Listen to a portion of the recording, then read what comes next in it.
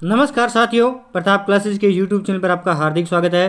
तो दोस्तों, अपना विषय चल रहा था सामान्य विज्ञान, और सामान्य विज्ञान के अंतर्गत अपने वो प्रश्न पढ़े थे जो प्रीवियस एग्जाम के अंदर है पूछे गए हैं। तो लगातार आपको रसायन विज्ञान, भौतिक विज्ञान और जीव विज्ञान की क्लासें आपको लगातार मिल रही है। पीछे अपने 28 क्लासें पढ़ चुके हैं। आज अपने बात करेंगे 29 नंबर क्लास की, जिसके अंदर अपना भौतिक विज्ञान का टॉपिक रहेगा ध्वनि तरंग और उसके गुणधर्म। ध्वनि तरंग और उसके गुणधर्म से जितने भी प्रश्न पूछे गए हैं, आज उन प्रश्नों की चर्चा आज इस क्लास में करने वाले हैं। तो जो विद्यार्थी हमारे इस चैनल पर नए हैं वो इस चैनल को सब्सक्राइब कर लें और पास लगे बेल आइकन के घंटे को जरूर दबा लें, ताकि जैसे ही हमारा कोई नया वीडियो अपलोड हो वो आप तक पहुंच जाए। और इन सामान्य विज्ञान के प्रश्नों की जो टेस्ट सीरीज है वो हमारे प्रताप क्लासेज ऐप पर आपको मिल रही है, जिसकी प्राइस मात्र 100 रुपये रखी गई है। और ये जो प्रश्न है ये आपके लिए railway, CET, SSC, GD, Rajasthan police, चाहे कोई भी एग्जाम हो उसके लिए बहुत ही महत्वपूर्ण रहने वाले हैं। तो शुरू करते हैं आज की क्लास। वीडियो को लाइक शेयर जरूर कर देना। तो शुरू करते हैं आज की क्लास। देखिए पहला प्रश्न, निम्नलिखित में से किस माध्यम में ध्वनि की गति उच्चतम होती है? इनमें से आपको बताना है किस माध्यम में ध्वनि की जो गति है वो उच्चतम होती है। वायु, इस्पात, पानी या निर्वात। तो इनमें से जो इस्पात यानी स्टील होता है उसके अंदर जो ध्वनि की गति है वो उच्चतम होती है। आगे देखिए, 900 हर्ट्ज आवृत्ति कहलाती है, यानी 900 हर्ट्ज की जो आवृत्ति है वो किस प्रकार की आवृत्ति कहलाती है? श्रव्य आवृत्ति, रेडियो आवृत्ति या उच्च आवृत्ति या परा उच्च आवृत्ति। तो 900 हर्ट्ज की जो आवृत्ति होती है वो श्रव्य आवृत्ति के अंतर्गत आती है, यानी 20 हर्ट्ज से लेकर 20,000 हर्ट्ज तक की जो आवृत्ति होती है वो क्या है? श्रव्य आवृत्ति के अंतर्गत आती है। और उससे ऊपर की आवृत्ति होती है वो क्या होती है? परा उच्च आवृत्ति के अंतर्गत ये आती है। आगे देखिए 3 नंबर प्रश्न, वायु में ध्वनि की चाल है। वायु के अंदर आपको ध्वनि की चाल बतानी है, कितनी होती है? 664 मीटर प्रति सेकंड या 332 मीटर प्रति सेकंड या 166 मीटर प्रति सेकंड या 100 मीटर प्रति सेकंड। तो वायु में जो ध्वनि की चाल होती है वो होती है 332 मीटर प्रति सेकंड। ये प्रश्न तो बहुत बार पूछा जाता है, वायु में ध्वनि की चाल। तो वायु में ध्वनि की चाल कितनी होती है? 332 मीटर प्रति सेकंड होती है। आगे देखिए 4 नंबर प्रश्न, मनुष्यों के लिए शोर की सहन सीमा करीब करीब होती है, यानी मनुष्यों के लिए जो शोर होता है उच्चतम वो सहन करने की सीमा किसके करीब होती है? लगभग 45 डेसिबल्स, 85 डेसिबल, 125 डेसिबल या 155 डेसिबल। तो मनुष्यों के लिए जो शोर की जो सहन सीमा होती है वो लगभग होती है 85 डेसिबल। कितनी होती है? करीब करीब 85 डेसिबल के अंदर व्यक्ति क्या है? सुन सकता है। आगे देखिए 5 नंबर प्रश्न, ध्वनि के किस लक्षण के कारण कोई ध्वनि, ध्यान नहीं है यहाँ पे, ध्वनि मोटी या पतली होती है? ध्वनि के किस लक्षण के कारण कोई ध्वनि मोटी या पतली होती है? तीव्रता, तारकत्व, गुणता या इनमें से कोई नहीं। तो ध्वनि का एक लक्षण होता है वो होता है तारकत्व। तो तारकत्व के कारण क्या होता है? कोई भी ध्वनि मोटी या पतली होती है। जिसे व्यक्ति होता है तो उसकी जो बोलने की जो ध्वनि होती है वो कुछ भारीपन होता है। और इसी तरह एक औरत की बात करें तो उसकी आवाज़ क्या पतली होती है, तो उसका कारण क्या होता है? वो तारकत्व इसका कारण होता है। आगे देखिए 6 नंबर प्रश्न, चिल्लाते समय व्यक्ति हमेशा हथेली को मुंह के समीप रखते हैं क्योंकि? चिल्लाते समय व्यक्ति क्या करते हैं? हमेशा हथेली को अपने मुंह के करीब रखते हैं। तो इसका कारण क्या है? उस स्थिति में ध्वनि ऊर्जा सिर्फ एक दिशा में इंगित होगी, या ध्वनि पूर्णतः बढ़ जाती है, या ध्वनि का उतार चढ़ाव बढ़ जाता है, या इस कार्रवाई का ध्वनि पर कोई प्रभाव नहीं होता है। तो चिल्लाते समय व्यक्ति हमेशा हथेली को अपने मुंह पर रखने का कारण क्या होता है? तो वो कारण होता है कि उस स्थिति में ध्वनि ऊर्जा सिर्फ एक ही दिशा में इंगित करने के लिए क्या किया जाता है? हथेली को मुंह के समीप रखा जाता है। आगे देखिए 7 नंबर प्रश्न, अवश्रव्य तरंगों की आवृत्ति होती है। जो अवश्रव्य तरंगें होती है उनकी आवृत्ति कितनी होती है?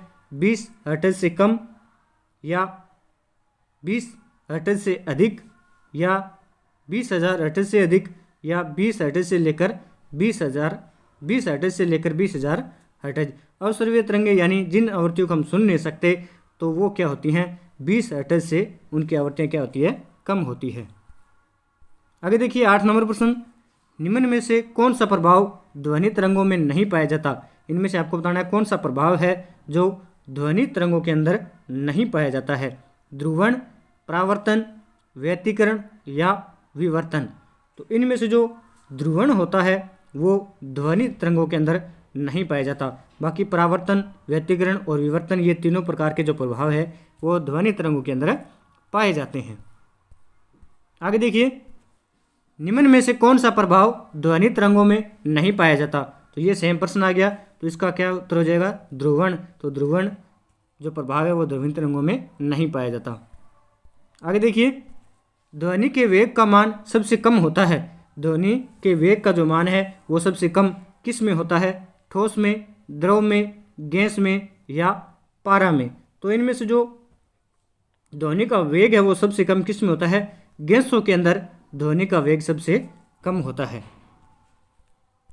आगे देखिए, बादलों की बिजली की चमक के काफ़ी समय बाद बादलों की गर्जन सुनाई देती है। यानी बादलों के अंदर बिजली चमक जाती है लेकिन कुछ समय के बाद हमें बादलों की आवाज़ सुनाई देती है। तो इसका कारण क्या होता है, बादल ध्वनि तरंगों को रोक देते हैं, या गर्जन बाद में उत्पन्न होती है, या प्रकाश निर्वात में चल सकता है परंतु ध्वनि में नहीं, या प्रकाश की जो चाल है वो ध्वनि की चाल से क्या होती है, अधिक होती है। तो इसका जो सही उत्तर होगा वो होगा डी नंबर ऑप्शन, क्योंकि जो प्रकाश की चाल है वो ध्वनि की चाल से क्या होती है, अधिक होती है। और प्रकाश की चाल आप मेरे को बताओगे कमेंट में लिख के कितनी होती है प्रकाश की चाल। तो प्रकाश की चाल ध्वनि की चाल से अधिक होने के कारण क्या है, जो बिजली की चमक है वो तो पहले दिखाई देती है और उसकी जो आवाज़ है वो क्या आती है, बाद में आती है। आगे देखिए, चमगादड़ कितनी आवृत्ति तक की पराश्रव्य तरंगों को सुन सकता है। चमगादड़ कितनी आवृत्ति तक की जो पराश्रव्य तरंगें होती है उनको सुन सकता है, 100 आवृत्ति तक, या 1 आवृत्ति तक, या 100 अवतल लेंस नहीं है यहाँ पे, 10 आवृत्ति तक, या 1,00,000 आवृत्ति तक। तो जो चमगादड़ होते हैं वो पराश्रव्य तरंगों को सुन सकते हैं, और पराश्रव्य तरंगें क्या होती है, जो बहुत ज़्यादा होती है। इसका मतलब 1,00,000 आवृत्ति तक की जो ध्वनि होती है उसको भी क्या है, चमगादड़ सुन सकता है। आगे देखिए 13 नंबर प्रश्न, सोनोग्राफी कब की जाती है। सोनोग्राफी कब की जाती है, वृक्क की पथरी को महीन करना, या रेशे युक्त ऊतकों को नष्ट करना, या अंतरंग अंगों के चित्र लेना हो, या पेशियों के कंपनों को मापना हो। तो सोनोग्राफी कब की जाती है, सोनोग्राफी उस समय की जाती है जब अंतरंग अंगों के चित्र लेना अनिवार्य होता है। आगे देखिए 14 नंबर प्रश्न, ध्वनि तरंगों का गुण है। इनमें से आपको बताना है कौन सा है जो ध्वनि तरंगों का एक गुण है। निर्वात में चल सकती है, केवल ठोस माध्यम में चल सकती है, केवल गैस माध्यम में चल सकती है, ठोस तथा गैस दोनों माध्यमों में चल सकती है। तो क्या ये ध्वनि निर्वात में नहीं चल सकती। ध्वनि क्या है, निर्वात में नहीं चल सकती। ध्वनि को एक माध्यम की आवश्यकता होती है, तो ये गुण इसका नहीं है। केवल ठोस माध्यम में चल सकती है, ये कोई ज़रूरी नहीं है। ये गैस, द्रव और ठोस तीनों में चल सकती है, ये भी इसका गुण नहीं है विशेष। केवल गैस माध्यम में चल सकती है, ये भी नहीं हो सकता। तो इसका डी नंबर ऑप्शन जो है, ठोस तथा गैस दोनों माध्यम में ये चल सकती है। इसका डी नंबर ऑप्शन इसका सही होगा। आगे देखिए 15 नंबर प्रश्न, पुलिस द्वारा अति तीव्र गति से चल रहे वाहनों को पकड़ने वाला यंत्र निम्नलिखित में से किस पर आधारित होता है। पुलिस के द्वारा जो अति तीव्र गति से कोई वाहन चल रहा है लेकिन फिर भी क्या है वो पकड़ लेते हैं, तो उस पकड़ने वाले यंत्र जो वो कार्य करता है वो किस पर प्रभाव पर कार्य करता है या किस पर कार्य करता है। डोपलर प्रभाव, केयर प्रभाव, या थॉमसन प्रभाव, या सीबेक प्रभाव। तो जो पुलिस द्वारा अति तीव्र गति से चल रही वाहनों को पकड़ने का जो यंत्र होता है वो डोपलर प्रभाव के सिद्धांत पर कार्य करता है। आगे देखिए 16 नंबर प्रश्न, विज्ञान की उस शाखा का नाम बताइए जो ध्वनि तथा ध्वनि तरंगों का अध्ययन करती है। विज्ञान की उस शाखा का नाम बताना है जो ध्वनि तथा ध्वनि तरंगों दोनों का क्या है, अध्ययन करती है। एरोनॉटिक्स, या एकॉटिक्स, या एरोस्टेटिक्स, या इटियोलॉजी। तो इनमें से जो एकॉस्टिक्स होता है वो ध्वनि और ध्वनि तरंगों दोनों का क्या है, अध्ययन करता है। आगे देखिए 17 नंबर प्रश्न, स्पष्ट प्रतिध्वनि तभी सुनी जा सकती है जब परावर्तन सतह की ध्वनि स्रोत से न्यूनतम दूरी पर हो। लगभग यानी प्रतिध्वनि को सुनने के लिए लगभग न्यूनतम दूरी कितनी होनी चाहिए? 10 मीटर, 17 मीटर, 34 मीटर या 50 मीटर। तो स्पष्ट प्रतिध्वनि सुनने के लिए जो परावर्तन सतह की ध्वनि स्रोत जो न्यूनतम दूरी होती है वो कितनी होती है? 17 मीटर वो न्यूनतम दूरी होती है। आगे देखिए 18 नंबर प्रश्न, ध्वनि मापक इकाई को कहते हैं, यानी ध्वनि को मापने वाला यंत्र कौन सा होता है या मापक कौन सा होता है? कैलोरी, फ़ारेनहाइट, न्यूटन या डेसिबल। तो ध्वनि मापक इकाई कौन सी होती है? तो डेसिबल, ध्वनि को डेसिबल के अंदर मापा जाता है। आगे देखिए, वायु में ध्वनि का वेग 332 मीटर प्रति सेकंड है। वायु में ध्वनि का वेग कितना होता है? 332 मीटर प्रति सेकंड। यदि वायु दाब को दोगुना कर दिया जाए, वायु दाब को दोगुना यानी 664 कर दिया जाए, तो ध्वनि का वेग क्या होगा? तो ध्वनि का वेग 996 मीटर प्रति सेकंड होगा, या 664 मीटर प्रति सेकंड होगा, या 166 मीटर प्रति सेकंड होगा, या 332 मीटर प्रति सेकंड होगा।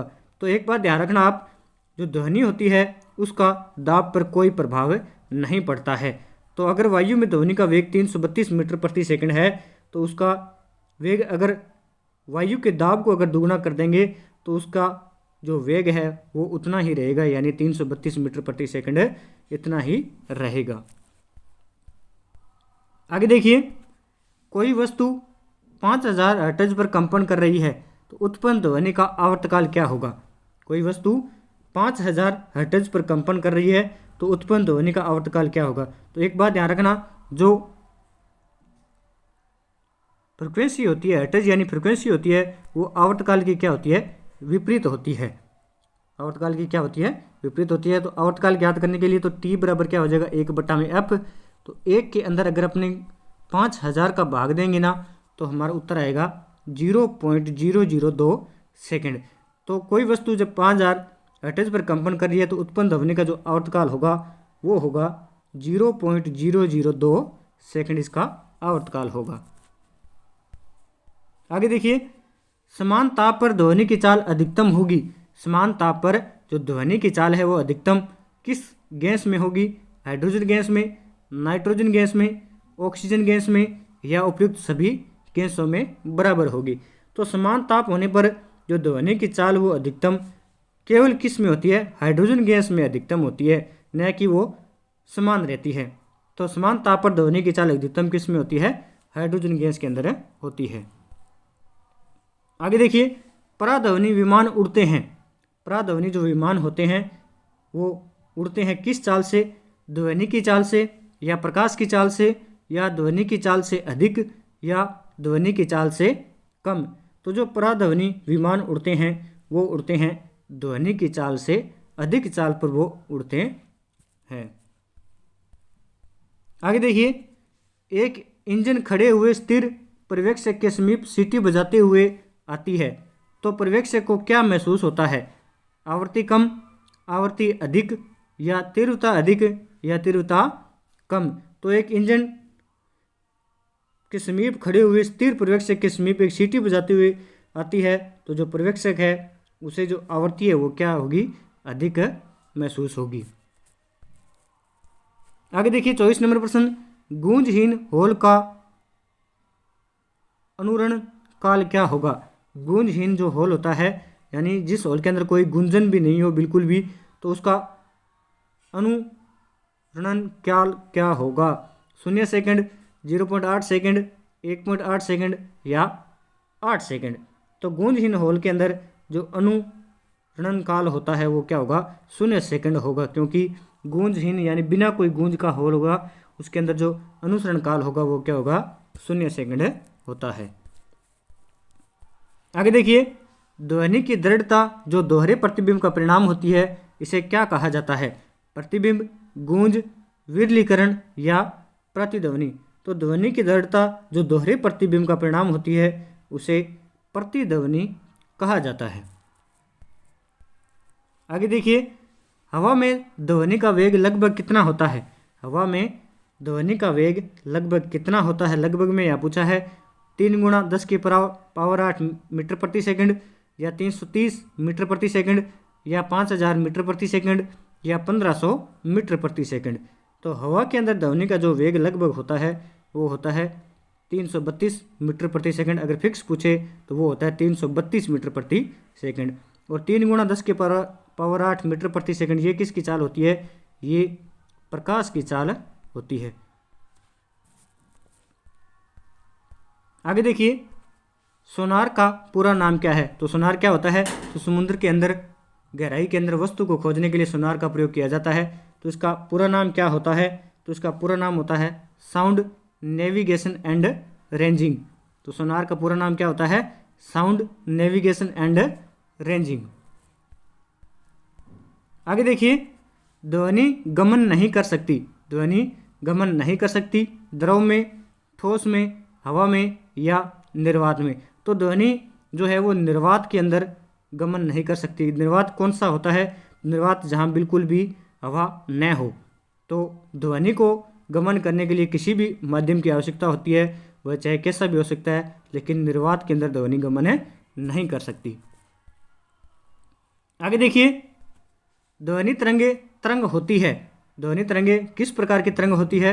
विद्युत चुंबकीय, अनुप्रस्थ या ट्रांसवर्स, या सुपर तरंगे, या यांत्रिक तरंगे। तो जो ध्वनि तरंगे होती है वो एक प्रकार की यांत्रिक तरंगे होती है। आगे देखिए, एक सोनार में मौजूद मुख्य उपकरण क्या है जिसका उपयोग पानी के नीचे मौजूद की दूरी, दिशा और गति का पता लगाने के लिए इसका उपयोग किया जाता है। यानी सोनार के अंदर ऐसा कौन सा उपकरण होता है जिसके कारण हम पानी के नीचे मौजूद कोई भी वस्तु है उसका हम पता लगा सकते हैं? तो एम्पलीफायर और स्पीकर, या स्पीकर और माइक्रोफोन, या ट्रांसमीटर और डिटेक्टर, या एम्पलीफायर और माइक्रोफोन। तो सोनार के अंदर जो होते हैं ट्रांसमीटर और डिटेक्टर लगे होते हैं, जिसके कारण हम उसके अंदर मौजूद समुद्र की दूरी, दिशा और गति का हम पता लगा सकते हैं। आगे देखिए, ध्वनि के संचरण के लिए आवश्यक माध्यम अवस्था में होना चाहिए। ध्वनि के संचरण के लिए आवश्यक माध्यम किस प्रकार का होना चाहिए? ठोस, गैस, द्रव, या इनमें से सभी। तो ध्वनि को आपको पता है माध्यम की आवश्यकता होती है, और माध्यम कौन कौन सकते हैं? तो ठोस, गैस और द्रव, ये तीनों माध्यम ही ध्वनि को संचरण के लिए आवश्यक होते हैं। आगे देखिए, प्रतिध्वनि को कम करने के लिए ऑडिटोरियम की छतों और दीवारों को किससे ढका जाता है? प्रतिध्वनि को कम करने के लिए ऑडिटोरियम की जो छतें होती है और उनकी जो दीवारें होती हैं उसको किससे ढका जाता है? धातु से, या फाइबर बोर्ड से, या रबड़ से, या प्लास्टिक से।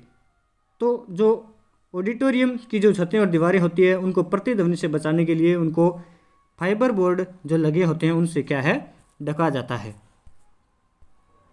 आगे देखिए, बिल्कुल मंद श्रव्य ध्वनि का तीव्रता स्तर क्या होता है? बिल्कुल जो मंद श्रव्य की बहुत ही कम जो ध्वनि है उसका जो तीव्रता स्तर है वो क्या होता है? 100 डेसिबल, 0 डेसिबल, 10 डेसिबल, या 25 डेसिबल। तो जो बिल्कुल मंद श्रव्य ध्वनि होती है उसका जो तीव्रता स्तर होता है वो क्या होता है? 0 डेसिबल होता है उसका तीव्रता स्तर। आगे देखिए, 34 नंबर प्रश्न, चंद्रमा के धरातल पर दो व्यक्ति एक दूसरे की बात नहीं सुन सकते। चंद्रमा के धरातल पर दो व्यक्ति खड़े हैं और वे बातें तो कर रहे हैं लेकिन वे एक दूसरे की बातें नहीं सुन सकते, क्योंकि चंद्रमा पर उनके कान काम करना बंद कर देते हैं, या चंद्रमा पर वायुमंडल नहीं है, या चंद्रमा पर वे विशेष प्रकार के अंतरिक्ष सूट पहने रहते हैं, या चंद्रमा पर ध्वनि बहुत ही मंद गति से चलती है। तो चंद्रमा के धरातल पर दो व्यक्ति एक दूसरे से बात कर तो सकते हैं लेकिन सुन नहीं सकते। तो इसका कारण क्या होता है? तो इसका कारण है चंद्रमा पर कोई वायुमंडल नहीं है, यानी वहाँ पर कोई माध्यम नहीं है कि जिस कारण भी ध्वनि एक स्थान से दूसरे स्थान पर जा सके। इस कारण वे एक दूसरे की बात नहीं सुन सकते।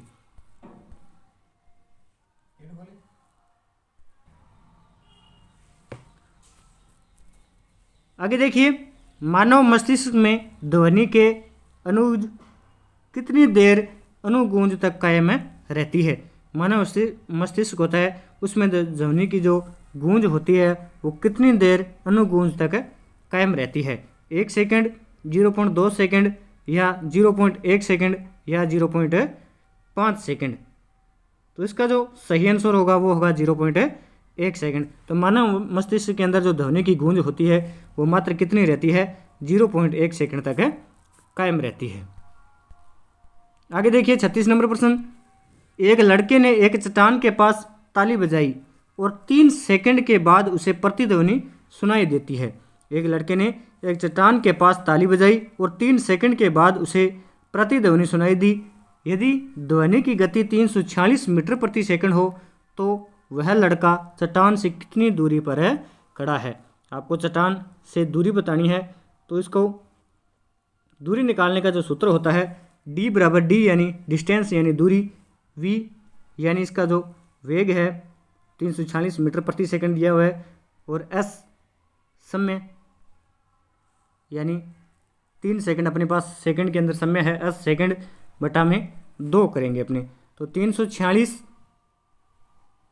गुणा 3 बटा 2, इसको अगर हम भाग देंगे तो इसका जो सही आंसर होएगा वो आएगा 519 मीटर।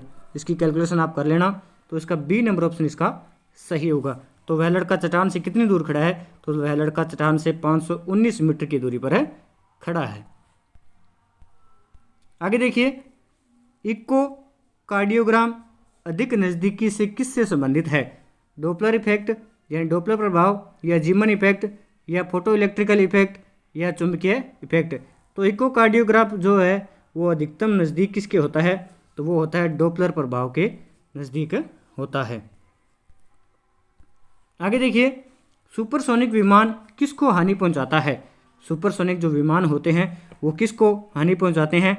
आयन मंडल को, क्षोभ मंडल को, बाह्य मंडल को, या ओजोन मंडल को? तो जो सुपरसोनिक विमान होते हैं वो जो ओजोन मंडल होता है उसको क्या करते हैं? हानि पहुंचाते हैं।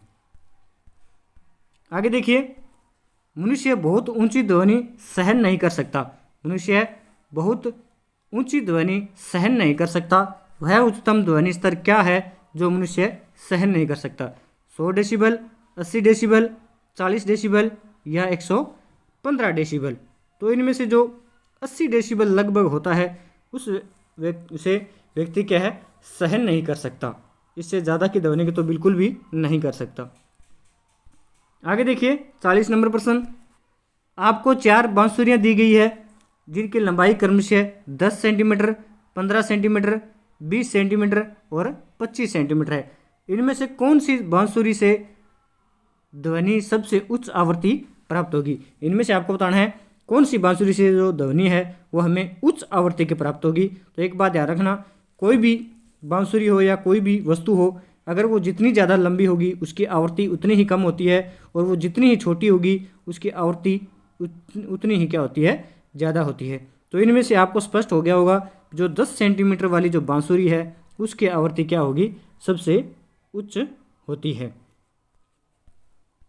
आगे देखिए, प्रति सेकंड इकाई क्षेत्रफल से गुजरने वाली ध्वनि ऊर्जा की मात्रा को क्या कहा जाता है? प्रति सेकंड इकाई क्षेत्रफल से गुजरने वाली ध्वनि ऊर्जा की जो मात्रा होती है उसे क्या कहा जाता है? तीव्रता, नोट, पिच या संगीत? तो प्रति सेकंड इकाई क्षेत्रफल से गुजरने वाली ध्वनि ऊर्जा होती है उसकी मात्रा को तीव्रता कहा जाता है, यानी ध्वनि की तीव्रता कहा जाता है। आगे देखिए, पानी के अंदर ध्वनि सुनने वाला यंत्र कौन सा है? पानी के अंदर ध्वनि को सुनने वाला यंत्र इनमें से कौन सा है? ऑडियोमीटर, ऑडियोफोन, हाइड्रोमीटर या हाइड्रोफोन? तो पानी के अंदर ध्वनि सुनने वाला यंत्र कौन सा होता है? हाइड्रोफोन। हाइड्रोफोन क्या होता है?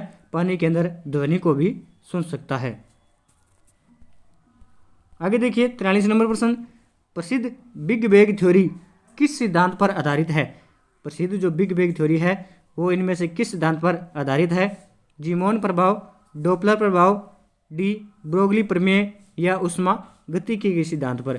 तो जो बिग बैंग थ्योरी है वो इनमें से जो डोपलर प्रभाव है के मुख्य सिद्धांत पर यह आधारित है। आगे देखिए 44 नंबर प्रश्न।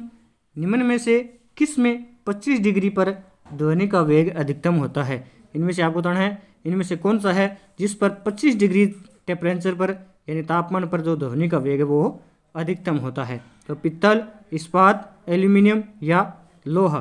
तो इनमें से जो एल्यूमिनियम होता है इसका जो मान है वो 25 डिग्री पर ध्वनि का वेग इसमें क्या होता है? अधिकतम होता है।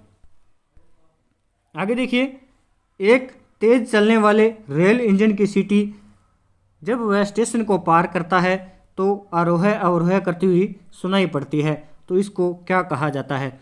एक चलते हुए रेल इंजन की सीटी जब वह स्टेशन से पार कर रही होती है तो हमें आरोह अवरोह की ध्वनि सुनाई पड़ती है, तो इसको क्या कहा जाता है? पेल्टियर प्रभाव, डोपलर प्रभाव, अल्ट्रासोनिक आवाज़ या सबसोनिक प्रभाव।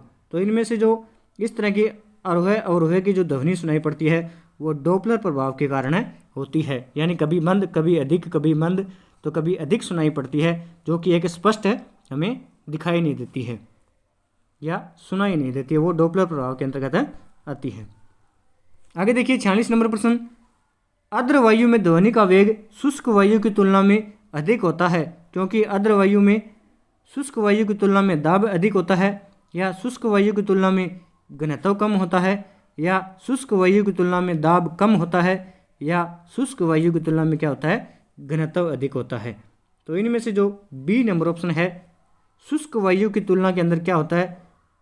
इसका जो घनत्व है वो कम होता है, क्योंकि दाब का तो ध्वनि पर प्रभाव नहीं पड़ता है लेकिन घनत्व का इसके ऊपर प्रभाव पड़ता है।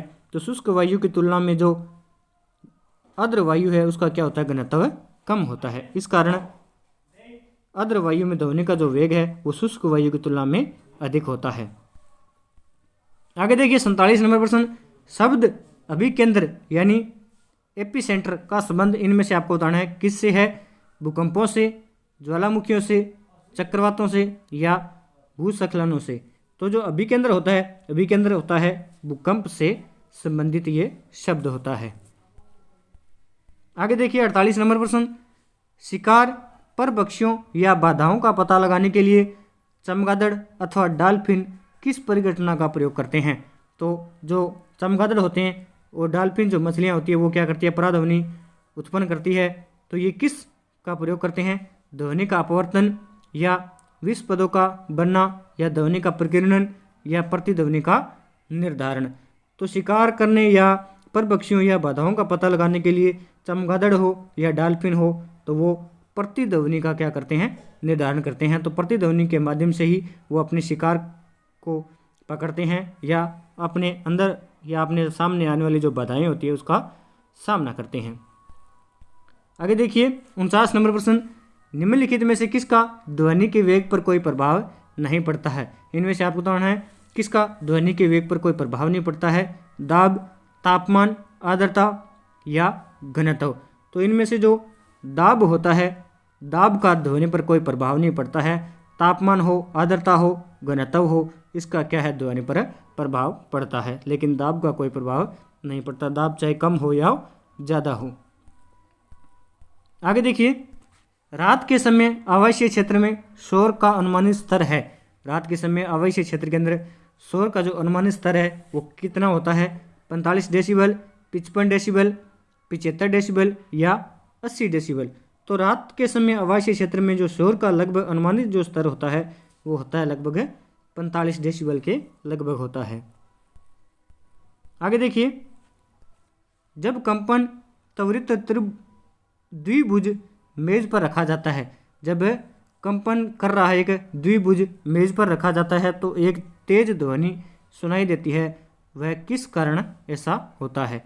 तो परिवर्तन, अपवर्तन, प्रणोदित कंप या अवमंदित कंपन के कारण। तो जब कंपन करता हुआ एक स्वरित द्विभुज मेज पर रखा जाता है तो हमें एक तेज ध्वनि सुनाई देती है, तो ऐसा किस कारण होता है? तो ऐसा अवमंदित कंपन के कारण ऐसा होता है। आगे देखिए 52 नंबर प्रश्न, अपने उड़ान पथ में अवरोधकों की पहचान के लिए चमगादड़ निम्नलिखित तरंगों में से कौन सी एक तरंग का उपयोग करता है? अपने उड़ान पथ यानी उड़ते समय अवरोध आने वाले अपने अवरोधों की पहचान किस तरंग के कारण करता है? अवरक्त तरंगे या विद्युत चुंबकीय तरंगे या परासर्व तरंगे या रेडियो तरंगे। तो जो चमगादड़ है वो अपने पथ के अंदर आने वाले अवरोध परासवर्य तरंगों के कारण क्या है, ये अपनी उनकी पहचान करता है। आगे देखिए 53 नंबर प्रश्न, एक जैव पत्ती जिसमें परासवर्य ध्वनि का उपयोग किया जाता है, इनमें से आपको बताना है कौन सी एक जैव पत्ती है जिसमें परासवर्य ध्वनि का क्या है उपयोग किया जाता है। सोनोग्राफी, ईसीजी या ईईजी या एक्सरे। तो इनमें से जो सोनोग्राफी होती है उसके अंदर क्या होता है, परासवर्य ध्वनि का उपयोग किया जाता है। आगे देखिए 54 नंबर प्रश्न, जब दो लोग आपस में बात करते हैं तब कितने डेसिबल की ध्वनि उत्पन्न होती है। जब दो लोग आपस में बात कर रहे हैं तब कितने डेसिबल की ध्वनि उत्पन्न होती है, लगभग 5 डेसिबल या लगभग 10 डेसिबल या लगभग 30 डेसिबल या लगभग 100 डेसिबल। तो जब दो लोग आपस में बात करते हैं तब जो उत्पन्न होने वाली ध्वनि है वो लगभग 30 डेसिबल के लगभग ध्वनि उत्पन्न होती है। आगे देखिए 55 नंबर प्रश्न और आज का लास्ट प्रश्न, पराध्वनिक जेट की उड़ान का कारण क्या होता है। जो पराध्वनिक जेट होते हैं उनके उड़ने का कारण क्या होता है, हवा में प्रदूषण, आँख के रोग या ओजोन लेयर में बाधा या इनमें से कोई नहीं। तो पराध्वनिक जेट की उड़ान के कारण क्या होता है आपको बताना है भी, जो पराध्वनिक जेट उड़ते हैं उनके उड़ान के कारण क्या होता है, इससे प्रश्न है ये। तो हवा में प्रदूषण होता है या आँख के रोग हो जाता है या ओजोन लेयर में बाधा उत्पन्न होती है या इनमें से कोई नहीं। तो पराध्वनिक जेट के कारण क्या होता है, तो ओजोन परत होती है उसके अंदर क्या होती है, बाधा उत्पन्न होती है। तो आज की क्लास इतनी थी ध्वनि तरंगों से संबंधित। तो ये क्लास आपको कैसी लगी, अगर अच्छी लगी तो इसे लाइक शेयर जरूर कर देना, और जो विद्यार्थी चैनल पर नए हैं वो इस चैनल को सब्सक्राइब जरूर करना। धन्यवाद दोस्तों, जय हिंद, जय भारत।